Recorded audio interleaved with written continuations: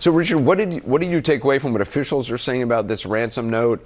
I don't know if you heard what Harvey Levin from TMZ was saying based on what he read. And that the fact there's been no contact and no proof of life. Problematic, Anderson. Everybody wants this letter, especially the family. They want this to be true. They're clutching at anything they can to establish contact with their mother. And right now, this is the best thing that they have. But there's got to be a lot of work that needs to be done to determine if it is valid. And the fact that there is, at this point, no window for negotiation, very troubling. I've watched you the last couple of days, and you've had negotiators on there that have talked about the skills necessary, active listening, rapport building, building empathy. If you're not communicating, you can't do those things. And that is what is critical to get to that point for proof of life. That's what's going to make the Guthrie family more comfortable before anybody hits that Bitcoin enter button and sends off a lot of money. The FBI also said the note contained two deadlines, one for 5 p.m. today, possibly Mountain Time, which was about 90 minutes ago, another deadline for this coming Monday. Harvey Levin said the consequences indicated for Monday were more severe. What does that suggest to you, that there's two deadlines? Have you seen that before? I really haven't, but that just means they want to find a way to get a resolution that they want.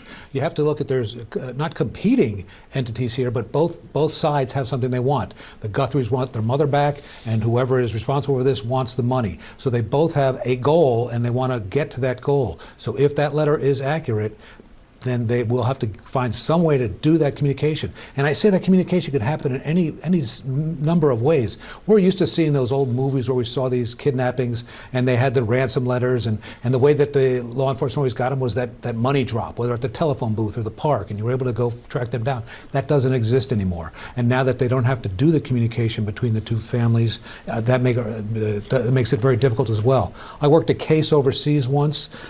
We used a top 40 radio station to communicate with the hostage takers. We would send a cassette tape, they'd play it at the top 40 station, the hostage takers would hear it, they would send a tape into the station, they'd play it, we'd hear it. Took months for this case, but it doesn't matter how it happens, there has to be some level of communication before they can validate this letter, before they can move forward, and before, if the family decides they want to pay, that they're going to pay. Well, also, I mean, given, if it's a crypto ransom sent online,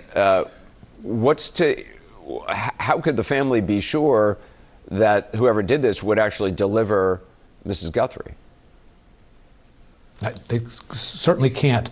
We've also heard the term, and you've heard it several days, everybody's very familiar with it at this point, proof of life. If they can't get some version of proof of life, and that has to be validated as well.